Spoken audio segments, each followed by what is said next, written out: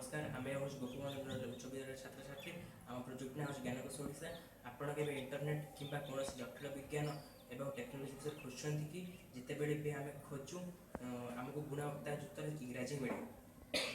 यह आमर मूल समस्या आम निज मातृभाषा ओडिया उच्च गुणवत्ता विशिष्ट डिजिटल शिक्षा डिजिटल सामग्री अभाव रही यार प्रभाव बहुत गंभीर आम ओडिया माध्यम छात्र छात्री मैंने ज्ञान क्षेत्र में पछरे पड़ जाती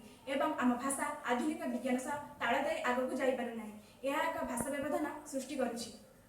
आम समस्या समाधान करें आम डिजिटल आम स्वदेशी ज्ञान डिजिटल कर आईडिया हूँ ज्ञानकोश ओडिया। ज्ञानकोश ओडिशा केवल एक वेबसाइट नुहे यह एक मिशन आम एक स्वतंत्र प्लाटफर्म ओडिया विद्याधारा तैयारी करूँ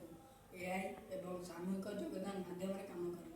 यह बहुत सरल प्रथमतः ओडिशार शिक्षक विशेषज्ञ एपरिक आपरी छात्र छात्री मैंने निजर ज्ञान अपलोड करेंगे